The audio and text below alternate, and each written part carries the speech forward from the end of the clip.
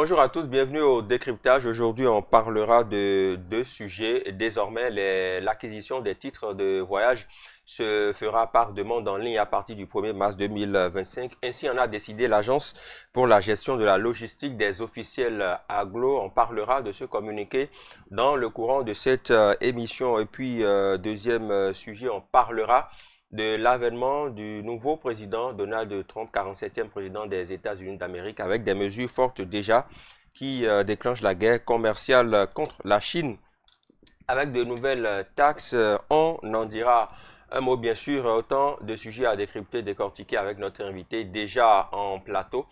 Il s'agit de Gildas Arwangassi, acteur politique habitué de ce plateau. Gildas, bonjour. Bonjour, monsieur le journaliste. Merci d'accepter notre invitation et de répondre toujours présent pour ces sujets-là.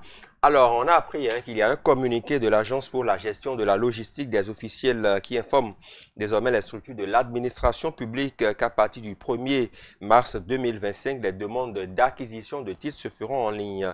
Qu'est-ce que vous comprenez à travers ce communiqué? Déjà, je vous remercie et suite à ce communiqué, moi, je pense que c'est pour moderniser les secteurs.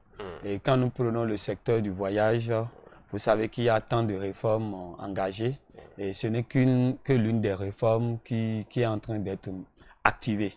Donc, si déjà le gouvernement, par l'Agence pour la gestion de la logistique des officiels agglo, prend cette décision pour que les inscriptions soient faites en ligne, ça veut dire qu'il y aura de la traçabilité dans les allers-retours de ces officiels. Est-ce que justement c'est pour contrôler davantage le mouvement des officiels, puisque tout le monde n'est pas concerné, il s'agit justement des officiels qui font ces voyages-là, donc les personnalités, ceux qui sont au service de l'État, si on peut comprendre cela comme ça.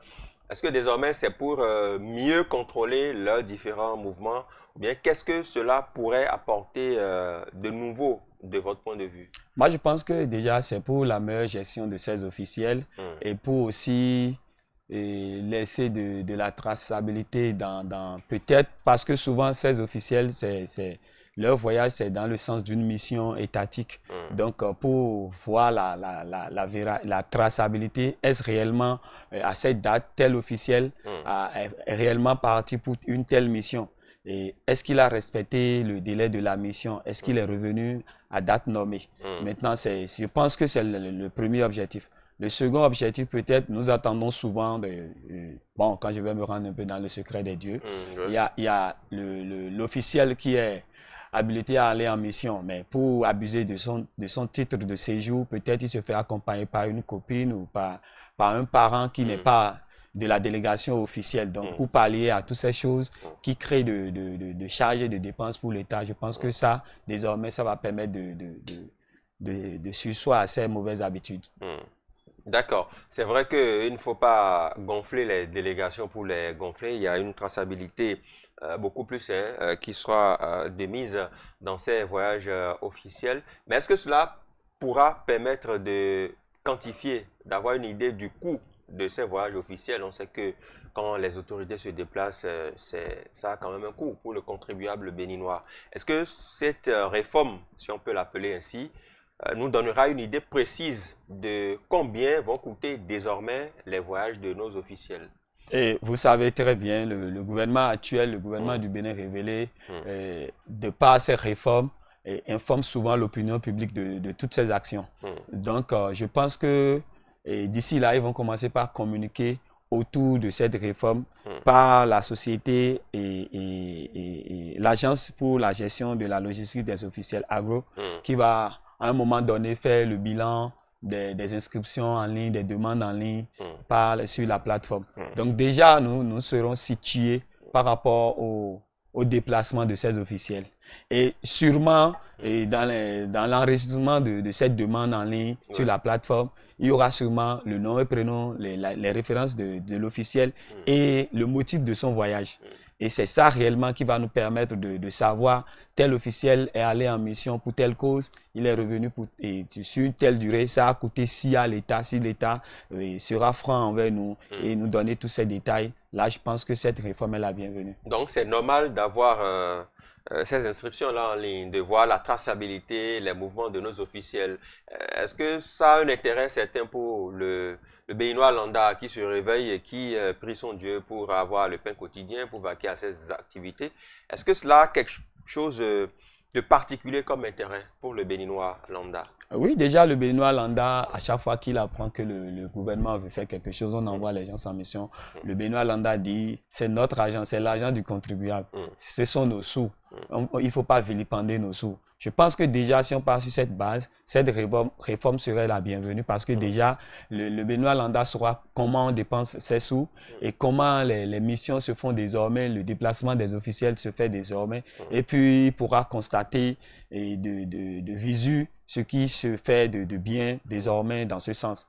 Et l'intérêt du Béninois lambda dans ce sens, je pense que si déjà, dans le passé, un officiel qui va en mission avait cette facilité de se faire accompagner par 2 ou 3 autres membres qui ne sont même pas habilités à faire partie de cette délégation, qui n'ont même pas le titre de séjour, mais parce que lui voyage, il a ce privilège de se faire accompagner. Désormais, si on peut empêcher cet état de choses par cette inscription, je pense qu'il ira seul, ou peut-être si il a un ordre de mission qui lui permet de voyager avec sa femme ou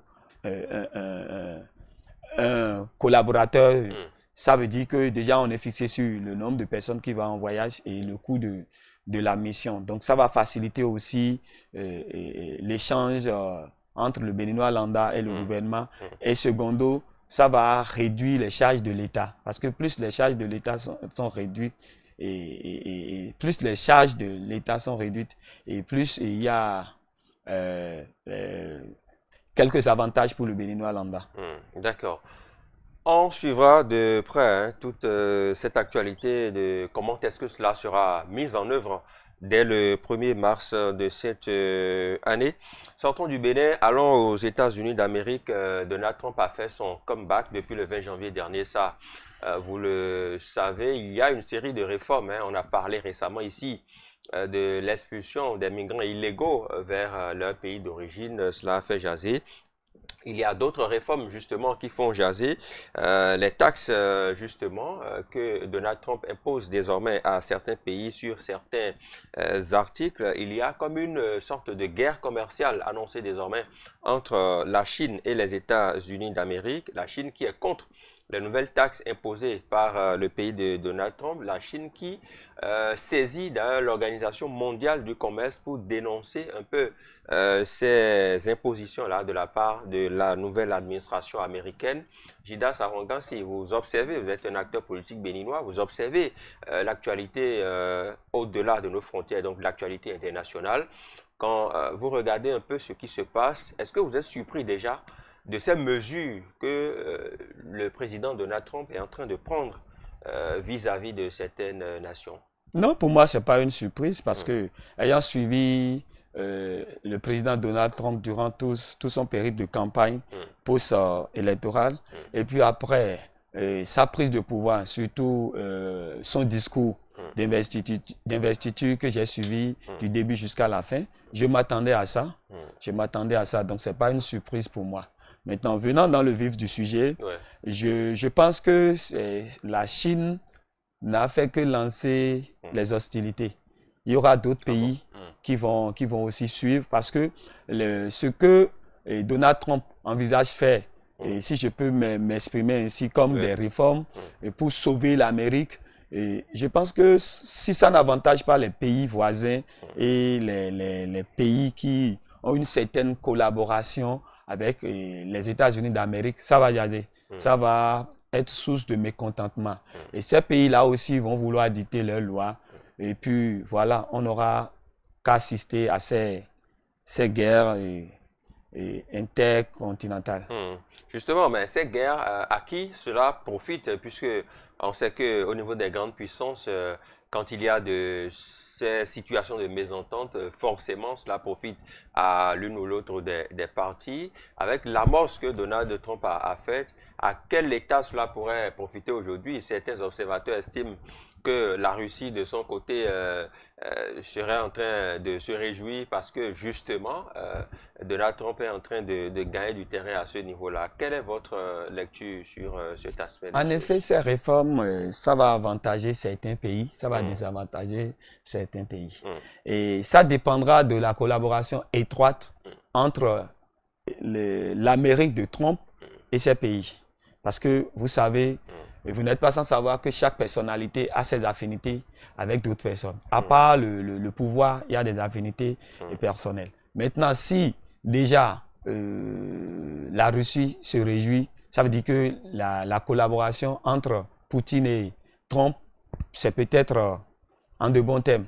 Maintenant, si je prends le sujet actuel, cette guerre commerciale, moi, je trouve ça légitime parce qu'aujourd'hui, la Chine, nul ne sait savoir l'exploit que la Chine réalise en matière de commercialisation des produits et tout. Maintenant, la Chine se dit aujourd'hui peut-être, elle a la potentialité d'être une puissance mondiale.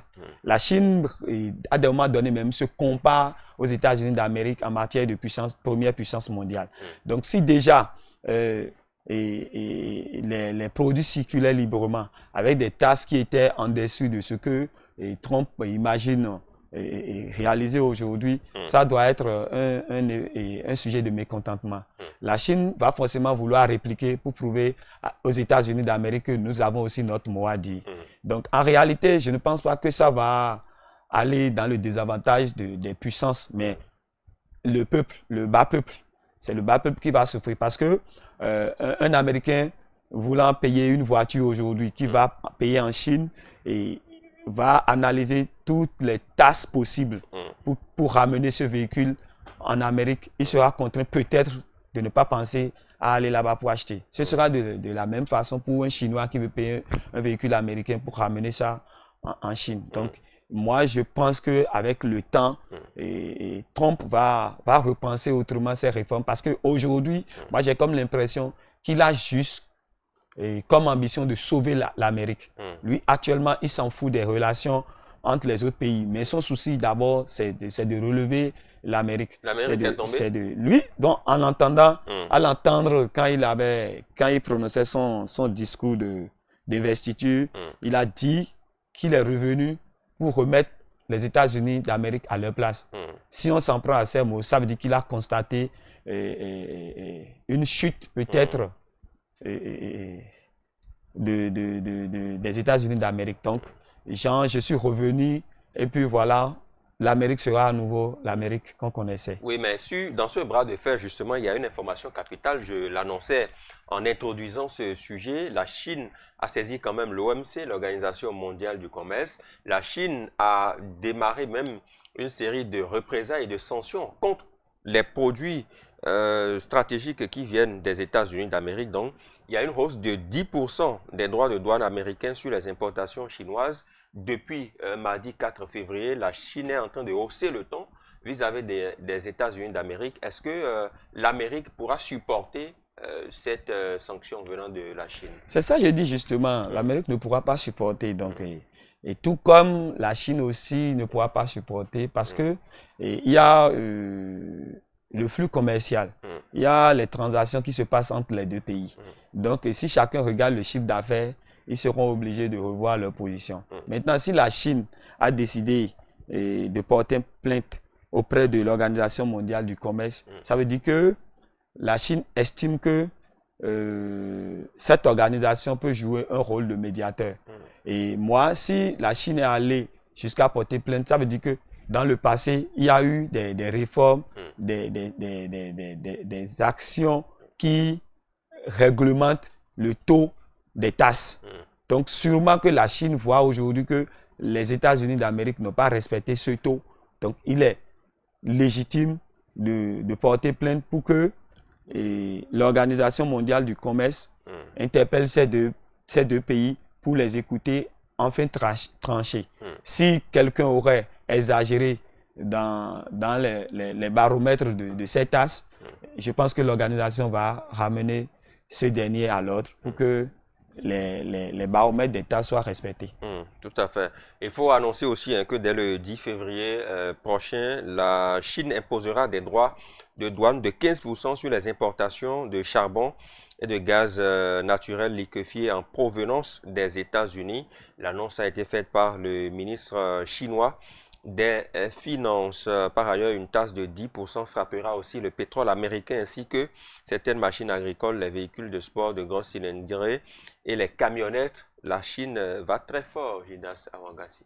Oui, comme je vous l'ai dit tout à l'heure, et selon certains internautes, d'autres voient déjà la Chine comme première puissance mondiale, et ce qui n'est pas du goût des Américains et de ses alliés.